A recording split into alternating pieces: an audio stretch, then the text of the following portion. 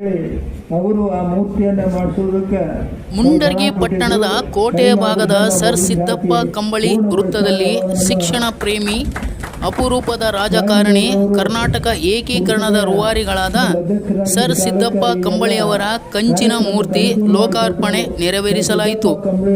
ಶಿಕ್ಷಣ ಕ್ಷೇತ್ರಕ್ಕೆ ಅಪಾರವಾದ ಕೊಡುಗೆ ನೀಡಿ ಶೈಕ್ಷಣಿಕ ಕ್ರಾಂತಿಯನ್ನು ಮಾಡಿದ ಸರ್ ಸಿದ್ದಪ್ಪ ಕಂಬಳಿಯವರ ವಿಚಾರಧಾರೆಗಳು ಈ ನಾಡಿನುದ್ದಕ್ಕೂ ಪಸರಿಸಲಿ ಎಂದು ಶ್ರೀ ಜಗದ್ಗುರು ನಾಡೋಜ ಡಾಕ್ಟರ್ ಅನ್ನದಾನೇಶ್ವರ ಮಹಾಸ್ವಾಮಿಗಳು ಸರ್ ಸಿದ್ದಪ್ಪ ಕಂಬಳಿಯವರ ಸಾಧನೆಯನ್ನು ಸ್ಮರಿಸಿದರು.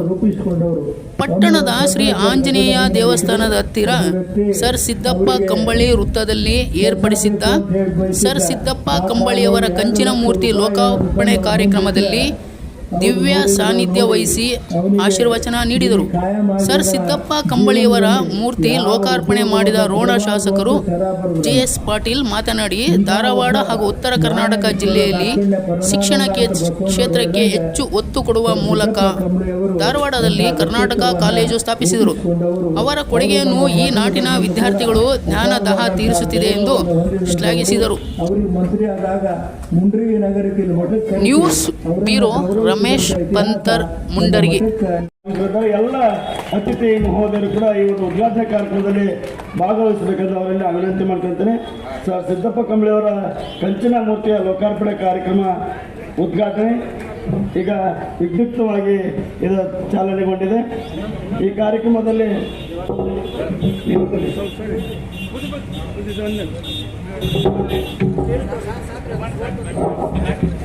ಪುರಸಭೆಯ ಮಾಜಿ ಅಧ್ಯಕ್ಷರು, ಪುರಸಭೆ ಸದಸ್ಯರಾಗಿರ್ತಕ್ಕಂಥ ಶ್ರೀಮತಿ ಕವಿತಾ ಅಂದಪ್ಪ ಉಳ್ಳಗಡ್ಡಿ ಅವ್ರನ್ನ ತುಂಬದ ಸ್ವಾಗತವನ್ನು ಕೊಡ್ತಿದ್ದೆ. ಅವ್ರಿಗೆ ಲತಾ ಅವರು ಬಂದು ಪುಷ್ಪಾರ್ಚನೆ ಮಾಡಬೇಕು.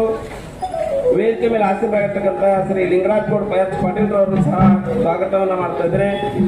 ಮತ್ತು ಈ ವೇದಿಕೆ ಮೇಲೆ ಆಸೀನರಾಗಿರ್ತಕ್ಕಂಥ BD ಮೋರಾಳ್ ಅವರು, ನಮ್ಮ ಮುಂಡರ್ಗಿ ತಾಲೂಕಿನ ಬ್ಲಾಕ್ ಕಾಂಗ್ರೆಸ್ ಅಧ್ಯಕ್ಷರಾಗಿರ್ತಕ್ಕಂಥ ಅವ್ರಿಗೆ ಸರ್ ಸಿದ್ದಪ್ಪ ಕಂಬಳಿ ಪ್ರತಿಷ್ಠಾನ ಧಾರವಾಡದ ಗೌರವ ಅಧ್ಯಕ್ಷರಾಗಿರ್ತಕ್ಕಂಥ ಶಂಕರ್ ತುಂಬಿ ಅವರು ಸಹ ತುಂಬದ ಸ್ವಾಗತವನ್ನು ಕೊಡ್ತೇನೆ. ಅವ್ರಿಗೆ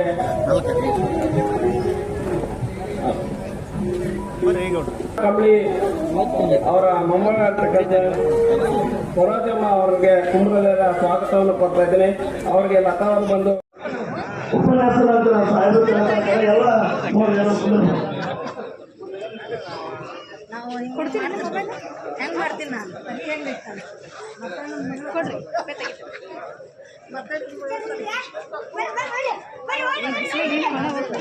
ಸಿಕ್ಕಾಪಟ್ಟೆ ಬಿಸಿಲು ಐತೆ. ಬಿಸಿಲು ಇನ್ನೊಂದು 5 ನಿಮಿಷ ಎಲ್ಲಿ ಅಲ್ಲಿ ಕೂತ್ರಿ MLA ಕೂತ್ರ ಅವರು ಅವ್ರ ಉಪನ್ಯಾಸ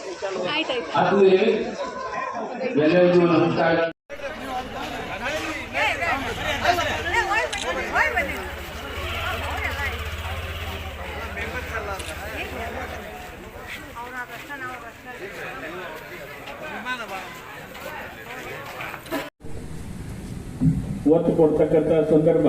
ಯಾಕಂದ್ರೆ ಅವತ್ತಿನ ದಿವಸ ನಾನು ಈಗಾಗಲೇ ಹೇಳಿದಂಗೆ ಬಹಳಷ್ಟು ಜನ ನಾವೆಲ್ಲ ಅಲ್ಲೇ ಶಿಕ್ಷಣಕ್ಕೆ ಅವಲಂಬಿಸಿದ್ದೀವಿ, ಹೈಯರ್ ಶಿಕ್ಷಣಕ್ಕೆ.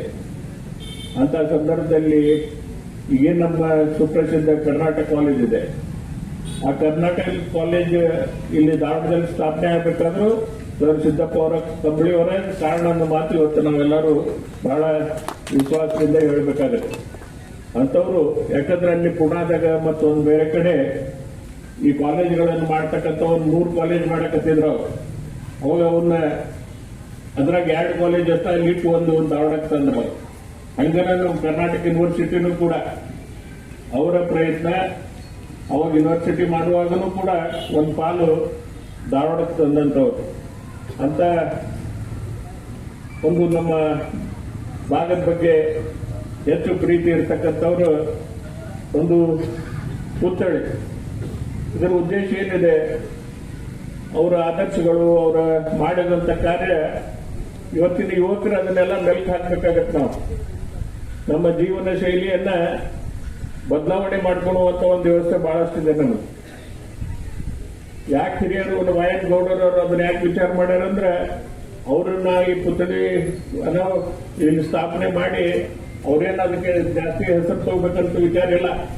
ಆದ್ರೆ ಇವತ್ತಿನ ಪೀಳಿಗೆ ಮುಂದೆ ಬರ್ತಕ್ಕಂಥ ಪೀಳಿಗೆ ಸರ್ ಅವರ ಚರಿತ್ರೆ ಯಾವ ರೀತಿ ಒಬ್ಬ ಮನುಷ್ಯ ತನಗೆ ಅವಕಾಶ ಸಿಕ್ಕಾಗ ತನ್ನ ಸ್ವ ಗ್ರಾಮ ಆಗಲಿ ಜಿಲ್ಲೆ ಆಗಲಿ ಸ್ವ ಹುಟ್ಟಿದಂತ ನಾಡಿನಲ್ಲಿ ಯಾವಾಗ ಅವಕಾಶ ಬರ್ತೋ ಅವನ್ನೆಲ್ಲ ಭಾಗದ ಜನರಿಗೆ ಅವ್ರಿಗೆಲ್ಲ ಅವಕಾಶಗಳನ್ನು ಕಲ್ಪಿಸಿಕೊಡುವಂತ ಒಂದು ನಿಮ್ಮಂತ ನಾಯಕನ ಒಂದು ವಿಚಾರಧಾರೆಗಳು ನಾವೆಲ್ಲ ತಿಳ್ಕೋಬೇಕು ಅನ್ನೋ ವಿಚಾರದಲ್ಲಿ ಇವತ್ತು ಅದು ಅನಾವರಣಗೊಂಡಿದೆ.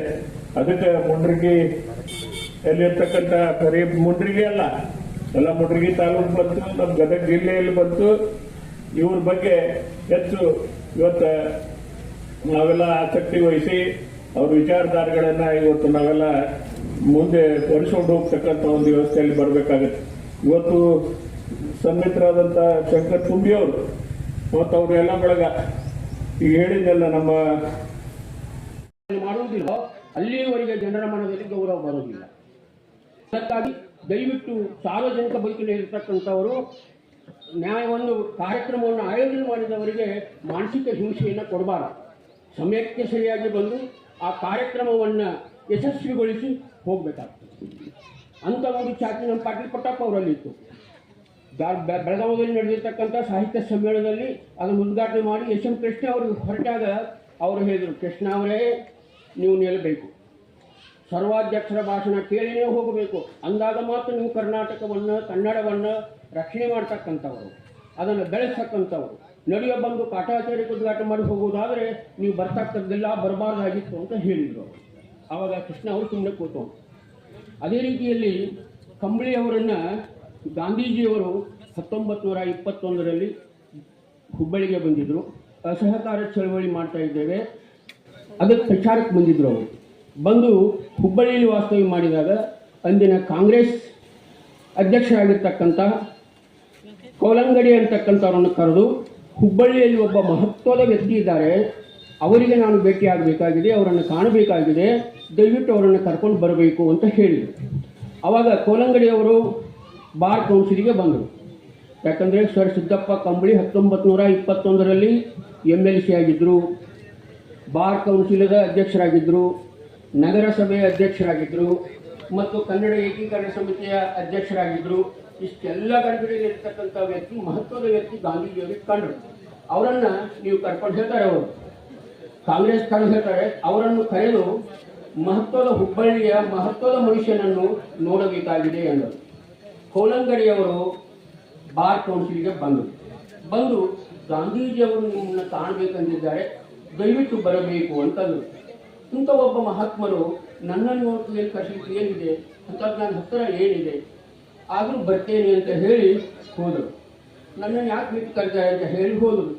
ಗಾಂಧೀಜಿಯವರು ಕಂಬಳಿಯವರನ್ನು ನೋಡಿದವರೇ ಎದ್ದು ನಿಂತು ಹೇಳ್ತಾರೆ, ನಿಮ್ಮನ್ನು ಕಂಡದ್ದು ನನಗೆ ತುಂಬ ಸಂತೋಷ ಎಂದರು. ಅವರೇ ಎದ್ದು ಮೊದಲು ನೋಡಿದವರೇ ಗಾಂಧೀಜಿ, ಕಂಬಳಿಯವರನ್ನು ನೋಡಿದವರೇ ನಿಮ್ಮನ್ನು ಕಂಡದ್ದು ನೋಡಿದರೆ ನಿಮ್ಮನ್ನು ಕಂಡದ್ದು ನನಗೆ ತುಂಬ ಸಂತೋಷ ಎಂದರು. ಆವಾಗ ಕಂಬಳಿ ಹೇಳಿಯವರು ಹೇಳಿದರು, ನನಗೂ ಇಮ್ಮಡಿ ಸಂತೋಷವಾಗಿದೆ. ಗಾಂಧೀಜಿಯವರು ಹೇಳಿದರು, ನೀವು ಇಲ್ಲಿ ಒಳ್ಳೆಯ ಕೆಲಸ ಮಾಡುತ್ತಿದ್ದಾರೆ ಎಂದು ಕೇಳಿದ್ದೇನೆ ಎಂದು ಮೆಲ್ಲಗೆ ನುಡಿದರು.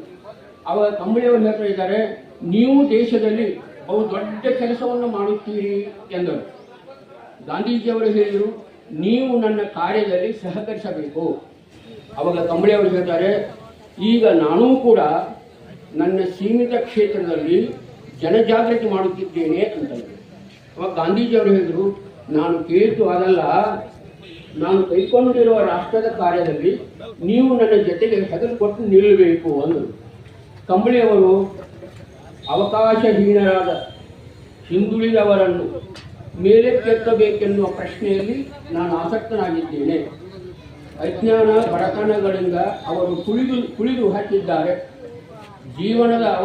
ಅವರು ಜೀವನದ ಎಷ್ಟೋ ವಸ್ತುಗಳಿಂದ ವಂಚಿತರಾಗಿದ್ದಾರೆ. ಅವರಿಗೆ ಸ್ಥಾನಮಾನ ಮರ್ಯಾದೆಗಳನ್ನು ತಂದುಕೊಡಬೇಕೆನ್ನುವುದು ನನ್ನ ಉದ್ದೇಶ. ಹಾಗಿದ್ದರೆ ನಾವಿಬ್ಬರು ಒಂದೇ ಧ್ವನಿ ತರಂಗದ ಮೇಲೆ ಕೆಲಸ ಮಾಡಿದ್ದೇವೆ, ಸಂತೋಷ ವ್ಯಕ್ತಪಡಿಸಿದರು. ಅವಾಗ ಗಾಂಧೀಜಿಯವರ ವಿಚಾರ ಇತ್ತು, ಬ್ರಿಟಿಷರ ವಿರುದ್ಧ ಹೋರಾಟ ಮಾಡಿ ಅಸಹಕಾರದ ಮೂಲಕ ದೇಶಕ್ಕೆ ಸವಲತ್ತು ಪಡಿಸಬೇಕು ಅಂತ ಗಾಂಧಿ ಹೇಳ್ತಿದ್ರು. ಅವಾಗ ಕಂಬಳಿಯವರು ಏನು ತಿಳ್ಕೊಂಡ್ರು, ಬ್ರಿಟಿಷರೊಂದಿಗೆ ಸಹಕರಿಸಿ ಹಿಂದುಳಿದ ವರ್ಗಗಳ ಜನರಿಗೋಸ್ಕರ ಸವಲತ್ತು ಪಡಿಬೇಕೆಂಬುದು ನನ್ನ ಉದ್ದೇಶ ಅಂತ ಹೇಳಿದರು. ಅವಾಗ ಕಂಬಳಿಯವರು ಗಾಂಧೀಜಿಯವರು ಹೇಳಿದರು, ಎಲ್ಲರೂ ಶಾಲೆ, ಕಾಲೇಜು, ಕೋರ್ಟು, ಕಚೇರಿ ಬಹಿಷ್ಕರಿಸಿ ಆಂದೋಲನದಲ್ಲಿ ಭಾಗವಹಿಸಬೇಕು ಅಂತ ಹೇಳಿದರು. ಆವಾಗ ಕಂಬಳಿಯವರು ಹೇಳ್ತಾರೆ, ಶಾಲೆ, ಕಾಲೇಜು ತೊರೆದು ಕೋರ್ಟು, ಕಚೇರಿ ಬಹಿಷ್ಕರಿಸಿ ಬ್ರಿಟಿಷರ ವಿರುದ್ಧ ಆಂದೋಲನ ಹೂಡಬೇಕೆಂದು ಹೇಳ್ತಾ ಇದ್ದೀನಿ. ಇದು ಅವಕಾಶ ವಂಚಿತರಾಗಿರ್ತಕ್ಕಂತಹ, ಇನ್ನೂ ಶಾಲೆಗೆ ಹೋಗದೇ ಇರ್ತಕ್ಕಂತಹ, ಅಲ್ಲೊಬ್ರು ಇಲ್ಲೊಬ್ಬರು ನೌಕರಿ ಮಾಡ್ತಕ್ಕಂಥ ಜನ ಇರುವಾಗ ನೀವು ಕೋರ್ಟು, ಕಚೇರಿ, ಶಾಲೆಗಳನ್ನು ಬಿಟ್ಟು ಬಾ ಅಂತ ಹೇಳಿದರೆ